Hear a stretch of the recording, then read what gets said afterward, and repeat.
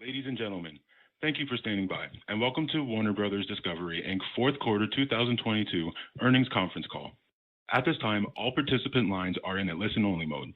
After the speaker's presentation, there will be a question-and-answer session. Additionally, please be advised that today's conference call is being recorded. I would now like to hand the call over to Mr. Andrew Slavin, Executive Vice President of Global Investor Strategy. Sir, you may now begin.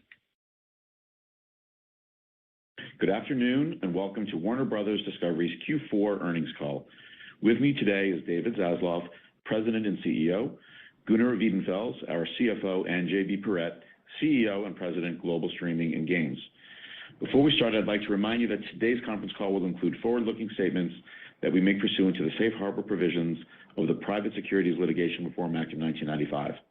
The forward-looking statements include comments regarding the company's future business plans, prospects, and financial performance. These statements are made based on management's current knowledge and assumptions about future events and involve risks and uncertainties that could cause actual results to differ materially from our expectations. In providing projections and other forward-looking statements, the company disclaims any intent or obligation to update them. For additional information on important factors that could affect these expectations, please see the company's filings with the U.S. Securities and Exchange Commission, including but not limited to the company's most recent annual report on Form 10-K and its reports on Form 10-Q and Form 8-K. A copy of our Q4 earnings release, trending schedule, and accompanying slide deck is available on our website at ir.wbd.com. And with that, I am pleased to turn the call over to David. Hello, everyone, and thank you for joining us. We've been hard at work since our last call and look forward to updating you on our progress. First, let me say, this promises to be a very exciting year for our company. We took bold, decisive action over the last 10 months, and the bulk of our restructuring is behind us. We have full command and control of our business, and we are one company now. We have a fantastic leadership team moving us forward, everyone rowing in the same direction. And together, we are focused on making our businesses better and stronger. Last year was a year of restructuring. 2023 will be a year of building, and off we go. In today's increasingly dynamic and crowded media environment, the best hand has great storytelling IP, brilliant creatives, a full slate of production and distribution capabilities, and broad global reach that stretches across premium, pay TV, free-to-air, theatrical, streaming, licensing, and gaming. The entirety of the ecosystem. And that is exactly the hand that we have. And we intend to play it decisively and with a focus on free cash flow and an eye towards sustainable future growth. Warner Bros. Discovery is a storytelling company, and we are very fortunate to have a huge share of the most beloved and globally recognized storytelling IP in the world, including Harry Potter, Game of Thrones, Superman, Batman, Lord of the Rings. And we intend to take full advantage of these one-of-a-kind franchises across our various platforms. In all that we do, we are guided by three strategic pillars. We want to tell the best stories, share them with the broadest audience possible, and we do that by working together as one team, one company. The decisions we've made and the strategies we've set in motion 10 months ago have created a solid foundation, and we're starting to see strong momentum. It's working. In an increasingly challenging environment, we were able to deliver over $3.3 billion of reported free cash flow in 2022, a healthy conversion notwithstanding significant merger and integration-related expenses. Gunnar and the team are laser-focused on driving transformation throughout the organization, supporting our ability to further generate real free cash flow. Gunnar will take you through all of the financials in our outlook. But I'm very pleased that we see our net leverage clearly below 4 times by the end of this year. Below 4 times by the end of this year. It's working. On direct-to-consumer, we are making meaningful progress on our goal to achieve real profitability in streaming, a key and powerful segment of our company. We brought our losses down considerably and are even more confident in the financial targets we laid out a few quarters ago.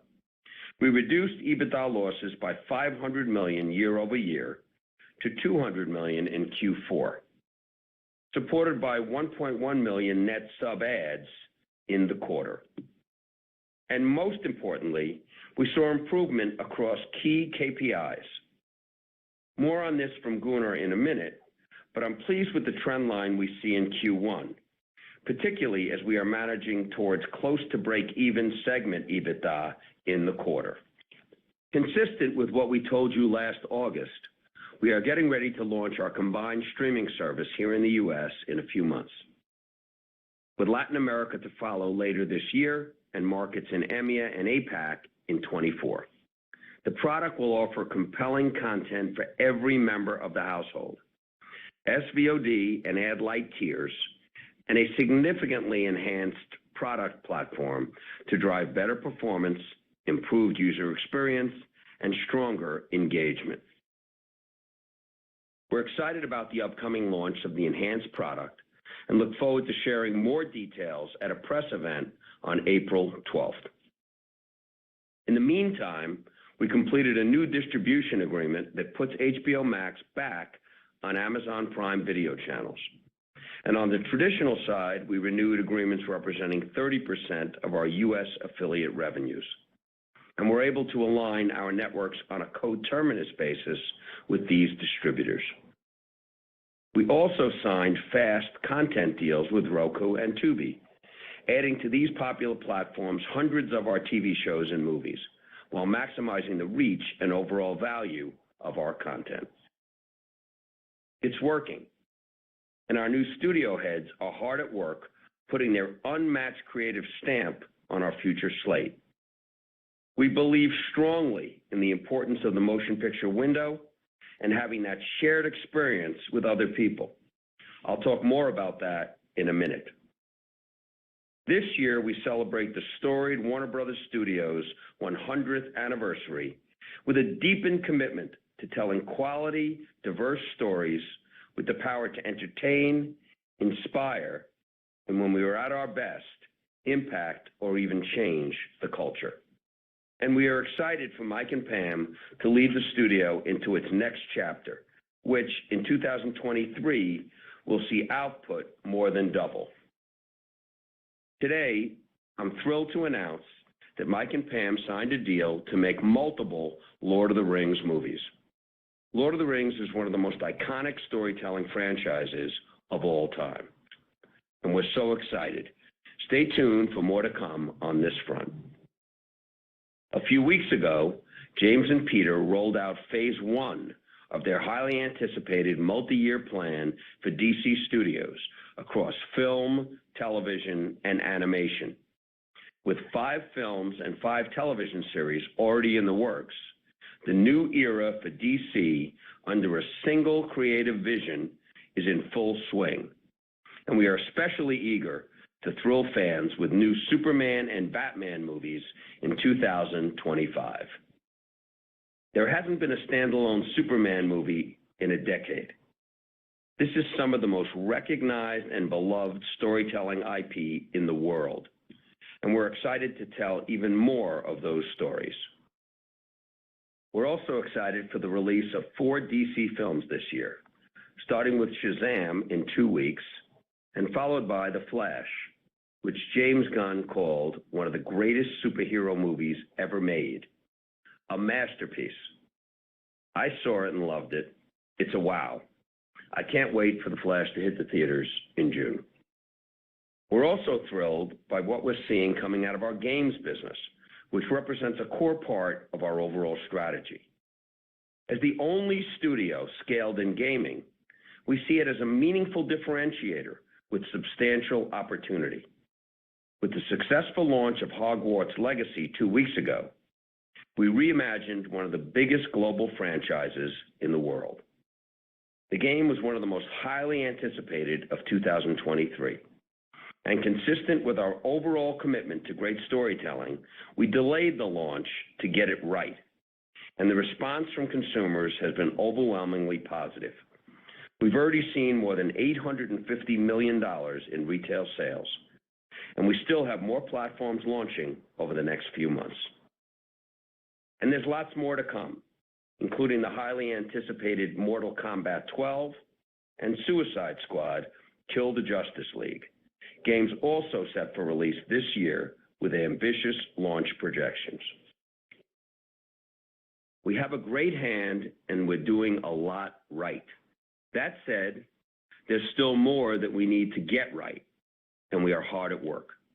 To that end, linear ad sales is a top priority at the moment, particularly as we balance both cyclical headwinds and ongoing secular challenges, much of which we've dealt with for the last several years. It was a heavy lift to bring two teams together, notwithstanding the economy being what it was, and we are now drilling down on all facets of the business. We've contended with recent share shifts away from our portfolio during the NFL and college football season and the World Cup.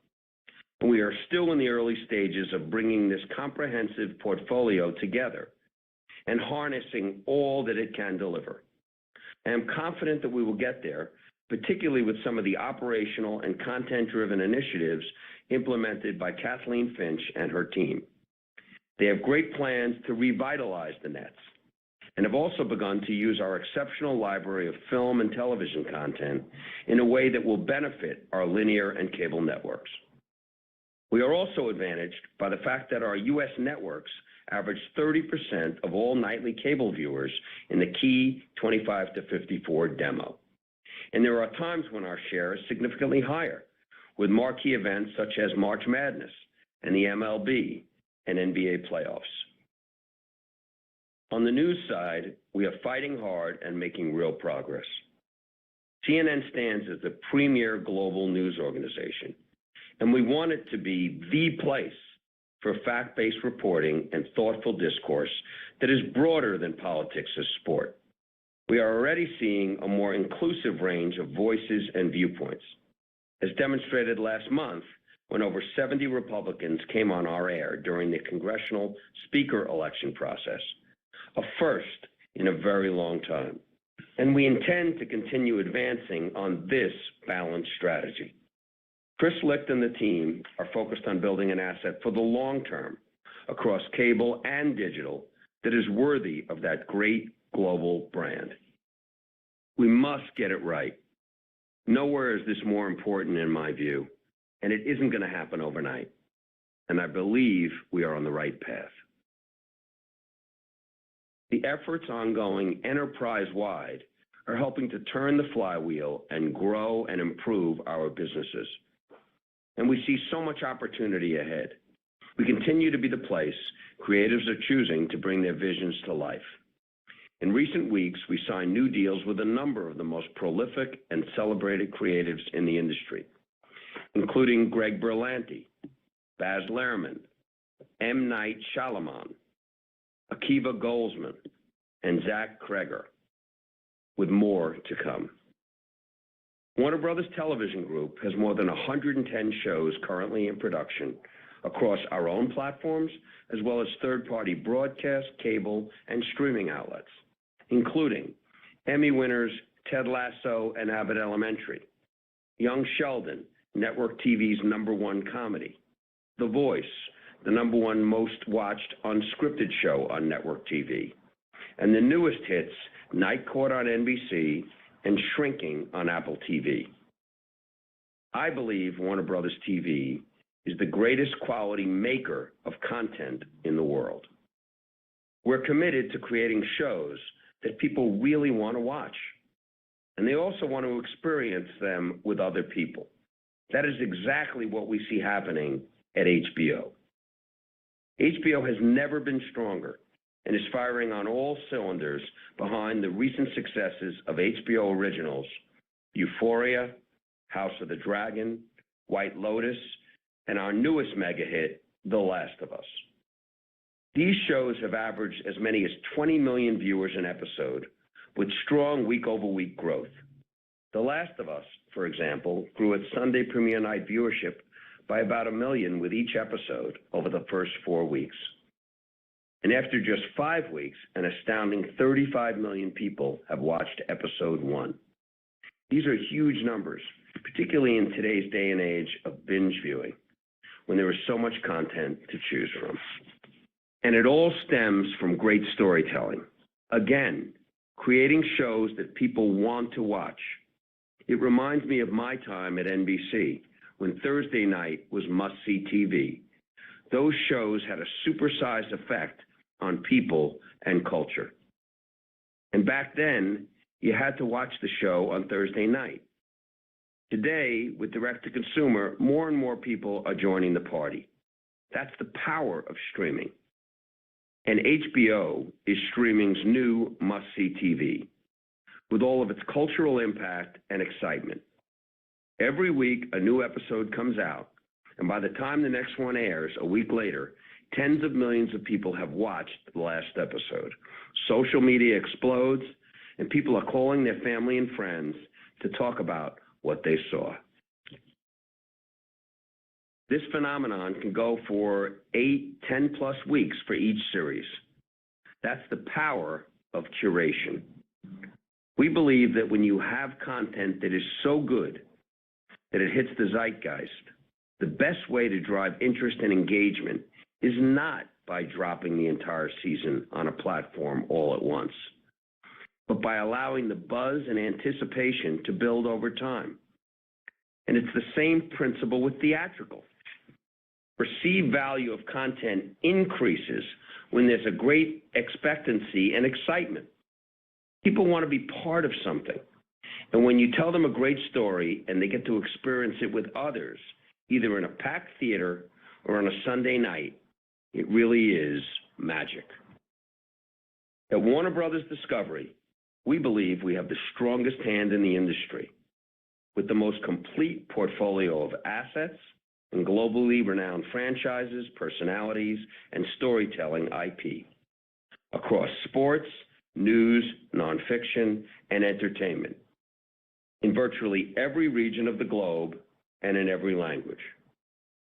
We have an exceptional leadership team that is truly aligned across a common set of strategic, operational, and financial goals and metrics. We have the largest maker and seller of content in the world.